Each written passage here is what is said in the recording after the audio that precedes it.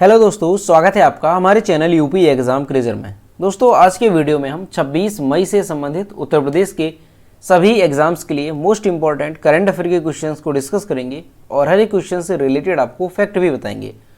और वीडियो के अंत में हम आपसे क्वेश्चन भी पूछेंगे जिसका जवाब आपको कमेंट बॉक्स में देना है। और अगर आपको इसकी PDF डाउनलोड करनी है तो इसकी PDF आप हमारे टेलीग्राम ग्रुप से डाउनलोड कर सकते हैं। टेलीग्राम ग्रुप की लिंक आपको वीडियो के डिस्क्रिप्शन में मिल जाएगी।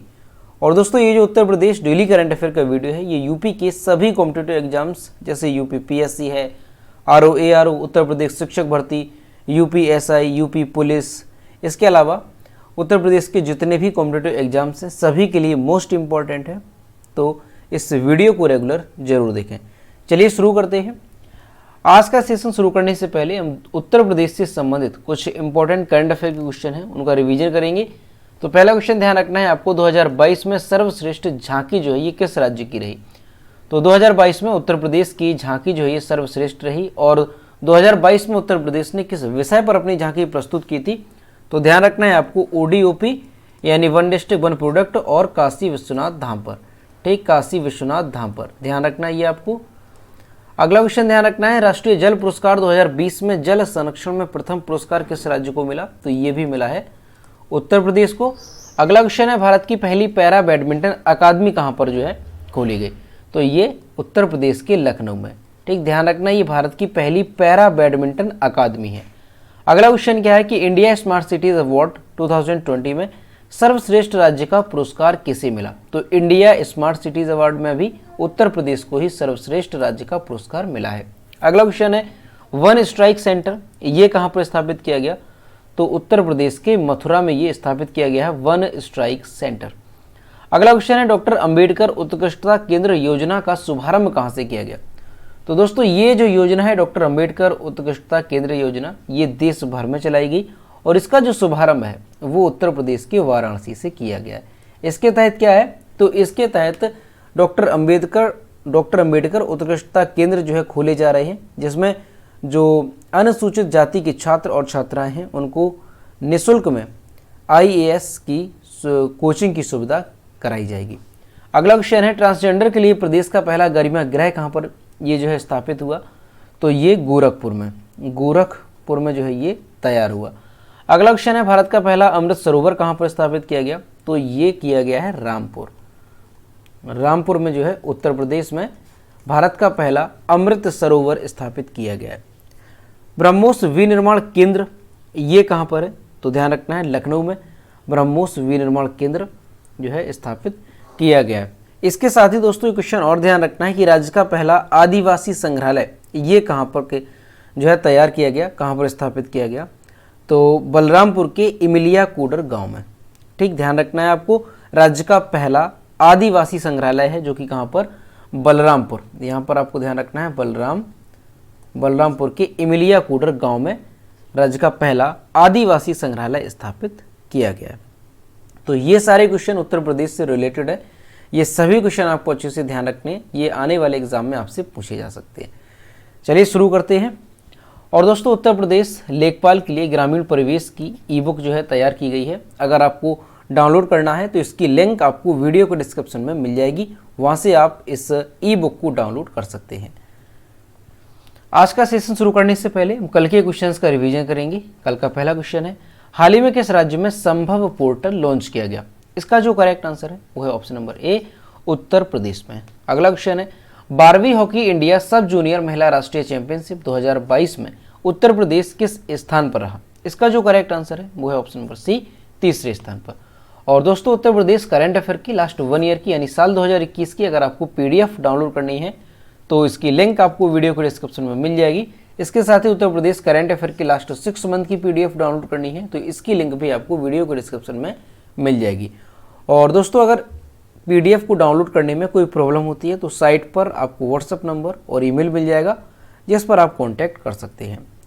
अगला क्वेश्चन है, सुप्रीम कोर्ट कॉलेजियम ने इलाहाबाद हाईकोर्ट के कितने अतिरिक्त न्यायाधीशों की स्थायी न्यायाधीशों के रूप में नियुक्ति को मंजूरी दी।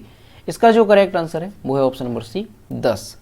अगला क्वेश्चन है, हाल ही में जारी विश्व आर्थिक मंच के travel and tourism development index के अनुसार कौन सा देश शीर्ष स्थान पर रहा। इसका जो करेक्ट आंसर है वो है ऑप्शन नंबर बी जापान। और ध्यान रखना है हमारा देश भारत जो है ये किस स्थान पर रहा, तो भारत जो है ये 54वें स्थान पर रहा। अगला क्वेश्चन है 21 जून को अंतर्राष्ट्रीय योग दिवस कहाँ आयोजित किया जाएगा? इसका जो करेक्ट आंसर है वो है ऑप्शन नंबर ए कर्नाटक में। अगला क्वेश्चन है भारतीय रेलवे ने किस संस्थान के साथ भारत का पहला स्वदेशी हाइपर लूप विकसित करने के लिए साझेदारी की?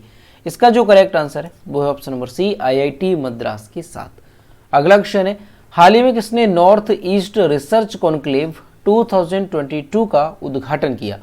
तो इसका उद्घाटन किया है धर्मेंद्र प्रधान ने। ऑप्शन नंबर ए यहाँ पर करेक्ट होगा। अगला क्वेश्चन है विश्व कछुआ दिवस कब मनाया जाता है? तो विश्व कछुआ दिवस जो है ये 23 मई को मनाया जाता है। अगला क्वेश्चन है भारत ने प्रमुख क्षेत्रों में निवेश को बढ़ावा देने के लिए किस देश के साथ निवेश प्रोत्साहन समझौते पर हस्ताक्षर किए? इसका जो करेक्ट आंसर है वो है ऑप्शन नंबर डी अमेरिका के साथ। तो दोस्तों ये थे कल के क्वेश्चंस जिसका हमने रिवीजन किया। अब हम शुरू करते हैं आज का सेशन। आज का पहला क्वेश्चन है झांसी रेलवे स्टेशन का नाम बदल कर क्या रखा जा रहा है? इसका जो करेक्ट आंसर है वो है ऑप्शन नंबर बी रानी लक्ष्मीबाई झांसी। दोस्तों झांसी रेलवे स्टेशन का नाम जो है वो फिर से बदला जा रहा है। पहले इसका नाम चेंज किया गया था, कब? पहले इसका जो नाम है वो 28 दिसंबर 2021 को बदला गया था और तब बदल करके इसका नाम क्या किया गया था? तो वीरांगना लक्ष्मीबाई रेलवे स्टेशन इसका नाम किया गया था। लेकिन फिर से इसका जो नाम है वो चेंज किया जा रहा है और अब इसका नया नाम जो है वो क्या होगा? तो रानी लक्ष्मीबाई झांसी इस स्टेशन का नाम किया गया है। इसे लेकर के दोस्तों रेल मंत्रालय स्तर पर कार्यवाही भी शुरू कर दी गई है। झांसी में रेलवे स्टेशन की स्थापना ब्रिटिश शासनकाल में 1889 में की गई थी। ये जो स्टेशन है झांसी में, तब इससे स्टेशन को जो है झांसी के नाम से जाना जाता था जब ब्रिटिश काल में से स्थापना की गई थी इसकी तब। लेकिन 132 साल बाद यानी 28 दिसंबर 2021 को इसका नाम बदला गया और वीरांगना लक्ष्मीबाई रेलवे स्टेशन इसका नाम किया गया। लेकिन जो झांसी वासी हैं उन्होंने इस पर आपत्ति जताई और उन्होंने ये कहा कि जो ये स्टेशन है इसका नाम वीरांगना लक्ष्मीबाई तो ये सही है लेकिन इसमें झांसी का जिक्र नहीं है। इसी वजह से जो है उन्होंने आपत्ति जताई और अब जो है इस रेलवे स्टेशन को नया नाम दिया जाएगा रानी लक्ष्मीबाई झांसी। ठीक, ध्यान रखना है दोस्तों, ये मोस्ट इंपॉर्टेंट क्वेश्चन हो जाएगा क्योंकि पहले इसका जो है अभी 2021 दिसंबर 2021 में इसका नाम बदला गया था, वीरांगना लक्ष्मीबाई रेलवे स्टेशन किया गया, लेकिन फिर से इसका नाम जो है बदला जा रहा है। तो इस वजह से ये क्वेश्चन जो है काफ़ी ज़्यादा चर्चा में। तो ध्यान रखना है रानी लक्ष्मीबाई झांसी इसका नाम जो है कर दिया जाएगा। अगला क्वेश्चन है विलुप्त प्राय बटागुर कछुआ। बटागुर कछुआ जो है ये उत्तर प्रदेश की किस नदी में पाए जाते हैं? इसका जो करेक्ट आंसर है वो है ऑप्शन नंबर ए चंबल नदी में। 23 मई 2022 को विश्व कछुआ दिवस के अवसर पर टर्टल सर्वाइवल अलायंस के प्रोजेक्ट ऑफिसर पवन पारिक ने बताया कि दुनिया में जो विलुप्त की कगार पर पहुंच चुके थे बटागुर कछुआ, ठीक है, ये जो प्रजाति है दोस्तों ये विलुप्त की कगार पर पहुंच चुके थे लेकिन इनकी संख्या में बढ़ोतरी हुई और इनकी जो संख्या है वो बढ़कर के 500 हो गई है। ये जो बटागुर कछुए हैं इनमें दो प्रजाति शामिल होती हैं, एक तो साल और एक होती है ढोर। ये दो प्रजातियां इसमें शामिल होती हैं और ये दोनों ही प्रजातियां ये कहाँ पर पाई जाती हैं? तो ये उत्तर प्रदेश के चंबल नदी में पाई जाती हैं। गौरतलब है कि चंबल नदी में कछुओं की 8 प्रजातियां संरक्षित हो रही हैं जिनमें साल है, ढोर, सुंदरी, मोरपंखी, कटहवा, भूतकाथा, सियोत्तर, पचेड़ा शामिल है। ठीक, तो ये क्वेश्चन भी काफ़ी इंपॉर्टेंट है क्योंकि जो बटागुर कछुआ है ना ये विलुप्त प्राय की कगार पर था, यानी ये जो प्रजाति है ये दुनिया भर में विलुप्ति की कगार पर पहुंच चुकी थी लेकिन इसकी संख्या में बढ़ोतरी हुई और 500 इनकी संख्या हो गई है। और ख़ास बात यह है कि ये जो बटागुर कछुए हैं इनकी प्रजाति पाई कहाँ पर जाती है? तो हमारे प्रदेश में चंबल नदी जो है इसमें ये कछुए पाए जाते हैं। ठीक, तो आपसे ये पूछा जा सकता है कि बटागुर कछुए जो हाल ही में चर्चा में रहे ये किस नदी में पाए जाते हैं? तो चंबल नदी में ये पाए जाते हैं। और जो चंबल नदी है उसमें और भी कई प्रकार की प्रजातियां हैं जो कछुओं की पाई जाती हैं, उनमें से ये सारे यहाँ पर आप देख सकते हैं। अगला क्वेश्चन है स्वच्छ गंगा के लिए राष्ट्रीय मिशन ने कितनी परियोजनाओं को मंजूरी दी? इसका जो करेक्ट आंसर है वो है ऑप्शन नंबर बी 11 परियोजनाओं को। राष्ट्रीय स्वच्छ गंगा मिशन की कार्यकारी समिति ने लगभग 660 करोड़ रुपए की अनुमानित लागत वाली 11 परियोजनाओं को मंजूरी दी। स्वच्छ गंगा मिशन के जो महानिदेशक हैं वो कौन है? तो जी अशोक कुमार, ये भी आपको अच्छे से ध्यान रखना है। जी अशोक कुमार ये महानिदेशक हैं राष्ट्रीय स्वच्छ गंगा मिशन के। इनकी अध्यक्षता में 19 मई 2022 को एक कार्यकारी समिति में 42वें बैठक में यह निर्णय लिया गया। ठीक, कार्यकारी समिति की 42वीं बैठक में 42वीं बैठक में ये निर्णय लिया गया। इसके अलावा बद्रीनाथ में रिवर फ्रंट डेवलपमेंट की 2 परियोजनाओं को भी मंजूरी दी गई है। तो दोस्तों ध्यान रखना है कि हाल ही में राष्ट्रीय स्वच्छ गंगा मिशन की कार्यकारी समिति ने लगभग कितने करोड़ रुपए की? तो 660 करोड़ रुपए की 11 परियोजनाओं को मंजूरी दी है। और यहां से आपको जो एक बात ध्यान रखनी है कि राष्ट्रीय स्वच्छ गंगा मिशन के महानिदेशक कौन है? तो ये हैं जी अशोक कुमार। अगला क्वेश्चन है, आईपीएल इतिहास में 700 चौके लगाने वाले पहले खिलाड़ी कौन बने? इसका जो करेक्ट आंसर है वो है ऑप्शन नंबर ए, शिखर धवन। और इमेज में देख सकते हैं ये है शिखर धवन। पंजाब किंग्स के सलामी बल्लेबाज Shikhar Dhawan Indian premiere league यानी आईपीएल में इतिहास में 700 चौके लगाने वाले पहले खिलाड़ी बन गए हैं। धवन ने यहां वानखेड़े स्टेडियम में पीबीकेएस और सनराइजर्स हैदराबाद के बीच आईपीएल 2022 के आखिरी लीग चरण के मैच के दौरान यह उपलब्धि हासिल की। बल्लेबाज के नाम पर अब जो है कुल 701 आईपीएल चौके हैं।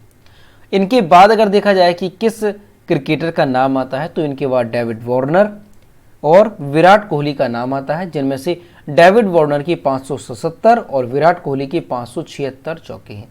पीबीकेएस ने अपने आईपीएल 2022 अभियान को कुल 14 अंकों के साथ समाप्त किया, जबकि एसआरएच 12 अंकों के साथ समाप्त हुआ। तो दोस्तों ये क्वेश्चन भी मोस्ट इंपॉर्टेंट, ये भी आपको नोट कर लेना है कि आईपीएल के इतिहास में 700 चौके लगाने वाले पहले खिलाड़ी कौन बन गए? तो ये बन गए हैं शिखर धवन। अगला क्वेश्चन है, टाइम पत्रिका द्वारा 2022 के दुनिया के 100 सबसे प्रभावशाली लोगों में कितने भारतीयों को शामिल किया गया? इसका जो करेक्ट आंसर है वो है ऑप्शन नंबर सी, 3 भारतीयों को। अब दोस्तों 3 भारतीय कौन कौन सी हैं? तो अभी जो है टाइम मैगजीन जो पत्रिका है 2022 की, उसने सूची जारी की है दुनिया के 100 सबसे प्रभावशाली लोगों की। इनमें से 3 भारतीयों को शामिल किया गया। वो कौन कौन से हैं? तो सुप्रीम कोर्ट की वकील है करुणानंदी, बिजनेस टाइकून गौतम अडानी और प्रमुख कश्मीरी मानवाधिकार कार्यकर्ता है खुर्रम परवेज। ठीक, इन 3 नामों को शामिल किया गया।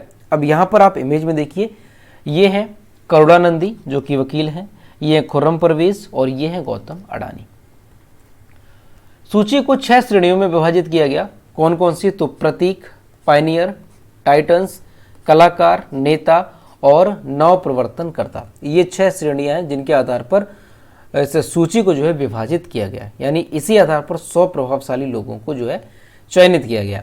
जहां अडानी को एप्पल के सीईओ टिम कुक और अमेरिकी होस्ट ओपरा विनफ्रे के साथ टाइटन्स श्रेणी के तहत नामित किया गया। वहीं नंदी और परवेज ने रूसी राष्ट्रपति व्लादिमीर पुतिन और उनके यूक्रेन समकक्ष वोलोदिमीर जेलेंस्की के साथ लीडर्स श्रेणी के तहत अपना स्थान पाया है।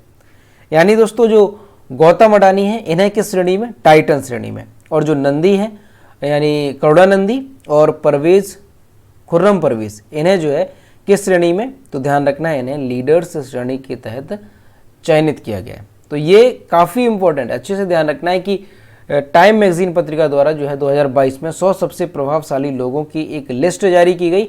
इसमें कितने भारतीयों को शामिल किया गया? तो 3 भारतीय हैं, करुणानंदी जो कि सुप्रीम कोर्ट के वकील हैं, बिजनेस टाइकून गौतम अडानी है और प्रमुख कश्मीरी मानवाधिकार कार्यकर्ता हैं खुर्रम परवेज।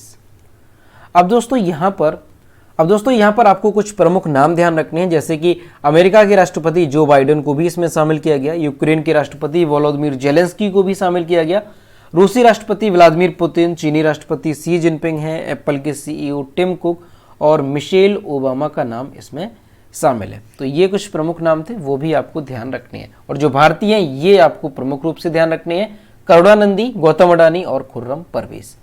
अगला क्वेश्चन है, विश्व वायु शक्ति सूचकांक 2022 में भारतीय वायुसेना किस स्थान पर रही? इसका जो करेक्ट आंसर है वो है ऑप्शन नंबर सी, 3रे स्थान पर। आधुनिक सैन्य विमान की विश्व निर्देशिका ने 2022 की विश्व वायु शक्तियों की रैंकिंग जारी की। भारतीय वायुसेना को विश्व के विभिन्न देशों की विभिन्न हवाई सेवाओं की कुल युद्ध क्षमता के मामले में विश्व वायु शक्ति सूचकांक में 3रे स्थान पर रखा गया है। यानी भारत की जो वायुसेना है इसे तीसरे स्थान पर रखा गया है। इस रिपोर्ट ने भारतीय वायुसेना को चीनी विमानन आधारित सशस्त्र बलों, जापान वायु स्वयं संरक्षण शक्ति, इजरायली विमान आधारित सशस्त्र बलों और फ्रांसीसी वायु और अंतरिक्ष शक्ति से ऊपर रखा है। ये यहाँ पर आपको काफ़ी ध्यान रखना है कि चीनी विमानन, इसके अलावा जापान वायु स्व संरक्षण शक्ति, इसके अलावा इजरायली और फ्रांसीसी वायु। ठीक, तो ये चारों देशों के ऊपर रखा गया है भारत को। रिपोर्ट में कहा गया कि भारतीय वायुसेना वर्तमान में अपनी सक्रिय विमान सूची में कुल 1645 इकाइयों की गणना करती है। तो ध्यान रखना है कि हाल ही में आधुनिक सैन्य विमान की विश्व निर्देशिका ने 2022 की विश्व वायु शक्तियों की रैंकिंग जारी की। इसमें जो भारतीय वायुसेना है ये तीसरे स्थान पर रही। और दोस्तों पहले स्थान पर किस देश की वायुसेना रही, तो ध्यान रखना है अमेरिका की।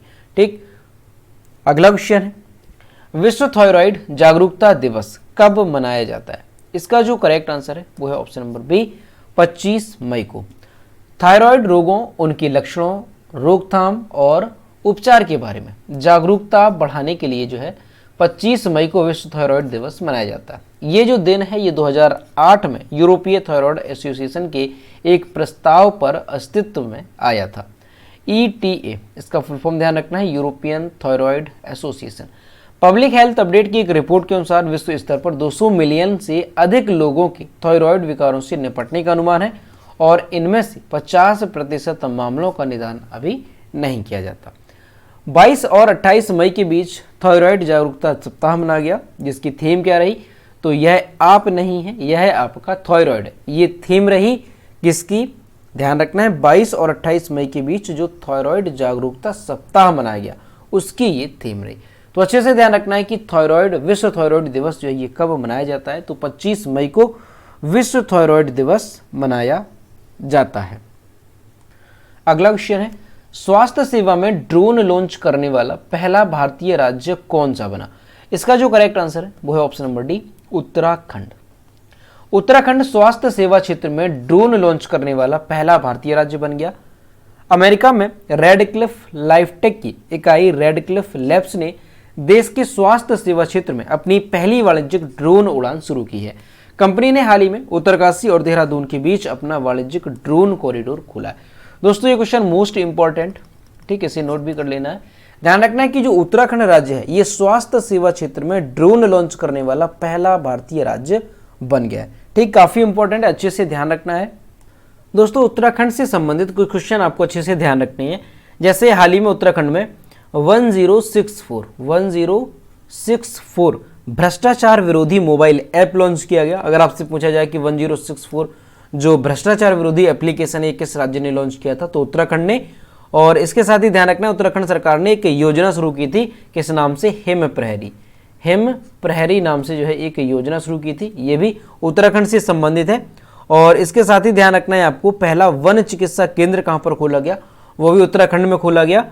और एक क्वेश्चन और ध्यान रखना है कि भारत वाटिका का जो जैव विविधता उद्यान है, भारत का पहला भारत वाटिका नाम से, इसका उद्घाटन जो है कहाँ पर किया गया, तो ये भी उत्तराखंड में किया गया। ठीक है, एक क्वेश्चन और उत्तराखंड से पूछा जाता है कि जिम कॉर्बेट यानी भारत का सबसे पुराना राष्ट्रीय उद्यान कौन सा है, तो जिम कॉर्बेट राष्ट्रीय उद्यान है, लेकिन इसका नाम अभी बदला गया और अब इसका नाम हो गया रामगंगा राष्ट्रीय उद्यान। ठीक, ध्यान रखना, ये क्वेश्चन काफी इंपॉर्टेंट है, तो ये सभी आपको अच्छे से ध्यान रखनी है। अगला क्वेश्चन है, विश्व स्वास्थ्य संगठन यानी WHO के प्रमुख के तौर पर निम्न में से किसे चुना गया? इसका जो करेक्ट आंसर है वो है option number A, Tedros Adhanom Ghebreyesus को। टेड्रोस एडहानोम घेब्रेयेसस को एक बार फिर से WHO के प्रमुख के रूप में चुना गया। टेड्रोस एडहानोम पहली बार 2017 में चुने गए थे। उन्होंने कहा कि WHO स्वास्थ्य को बढ़ावा देने, दुनिया को सुरक्षित रखने और कमजोर लोगों की सेवा करने के अपने मिशन को पूरा करता रहा है। WHO के कार्यकारी बोर्ड ने जनवरी 2022 में बैठक की थी। यानी दोस्तों ये जो WHO के प्रमुख थे टेड्रोस एडहानोम घेब्रेयेसस, इनका साल 2022 में कार्यकाल समाप्त हो रहा था, लेकिन फिर से जो है इन्हें हाल ही में WHO के प्रमुख के रूप में चुन लिया गया। ठीक, तो ध्यान रखना है कि WHO के प्रमुख जो है वो कौन हो गए, तो फिर से वही टेड्रोस एडहानोम घेब्रेयेसस ये WHO के प्रमुख हो गए। दोस्तों WHO की अगर बात की जाए तो फुल फॉर्म ध्यान रखना है, वर्ल्ड हेल्थ ऑर्गेनाइजेशन। इसकी स्थापना कब हुई, तो 7 अप्रैल 1948 को WHO की स्थापना हुई है। हेडक्वार्टर की अगर बात की जाए तो जेनेवा स्विट्जरलैंड में इसका हेडक्वार्टर है। ठीक, ध्यान रखना, हेडक्वार्टर काफी पूछा जाता है। जेनेवा स्विट्जरलैंड में WHO का हेडक्वार्टर है। अगला क्वेश्चन है, भारत और किस देश ने उर्वरक क्षेत्र में सहयोग के लिए समझौता ज्ञापन पर हस्ताक्षर किए? इसका जो करेक्ट आंसर है वो है ऑप्शन नंबर सी, जॉर्डन ने। भारत और जॉर्डन ने उर्वरक क्षेत्र में सहयोग के लिए समझौता ज्ञापन पर हस्ताक्षर किए। इसका उद्देश्य छोटी और लंबी अवधि के लिए उर्वरकों को सुरक्षित करना है। केंद्रीय रसायन और उर्वरक मंत्री ने कहा कि जॉर्डन उर्वरक क्षेत्र के लिए भारत का पसंदीदा देश है और उन्होंने जॉर्डन से उर्वरकों की आपूर्ति के लिए भारत विशिष्ट शर्तों की घोषणा करने का अनुरोध किया। भारत जॉर्डन से फॉस्फेटिक और पोटास उर्वरकों का सबसे बड़ा खरीदार है। जॉर्डन भारत को म्यूरेट ऑफ पोटास के अपने उत्पादन का लगभग 25% आवंटित करता है। तो ध्यान रखना यहां से कि भारत ने किस देश के साथ उर्वरक क्षेत्र में सहयोग के लिए समझौता ज्ञापन पर हस्ताक्षर किए? तो जॉर्डन के साथ। तो दोस्तों ये थे 26 मई से संबंधित उत्तर प्रदेश के सभी एग्जाम्स के लिए मोस्ट इंपॉर्टेंट करंट अफेयर के क्वेश्चन जो कि हमने डिस्कस किए। अब हम देखते हैं कल के वीडियो को क्वेश्चन जो हमने आपसे पूछा था। तो ये है कल के वीडियो को क्वेश्चन जो हमने आपसे पूछा था कि हाल ही में ऑस्ट्रेलिया के प्रधानमंत्री कौन बने? तो इसका जो करेक्ट आंसर था वो ऑप्शन नंबर बी था, एंथनी अल्बनीज, और लगभग सभी स्टूडेंट्स ने इसके सही जवाब किए। और मैं आपसे हर रोज कहता हूँ जो भी क्वेश्चन आपसे पूछा जाए तो सभी लोग क्वेश्चन का आंसर जरूर क्या करो। तो ये आज का क्वेश्चन, हाल ही में दिल्ली के नए उपराज्यपाल कौन बने? तो इसका जो भी करेक्ट आंसर है वो आपको कमेंट बॉक्स में बताना है और सभी लोग क्वेश्चन का आंसर जरूर क्या करो। तो दोस्तों अगर आपको आज का वीडियो पसंद आया है तो वीडियो को लाइक करें, अपने दोस्तों के साथ शेयर करें और अगर अभी तक हमारे चैनल पर नए हैं तो चैनल को सब्सक्राइब करना ना भूलें। साथ ही बेल आइकन को भी प्रेस करें ताकि टाइम टू टाइम नोटिफिकेशन आप तक पहुंचता रहे। तो मिलते हैं नेक्स्ट वीडियो में। Thank you.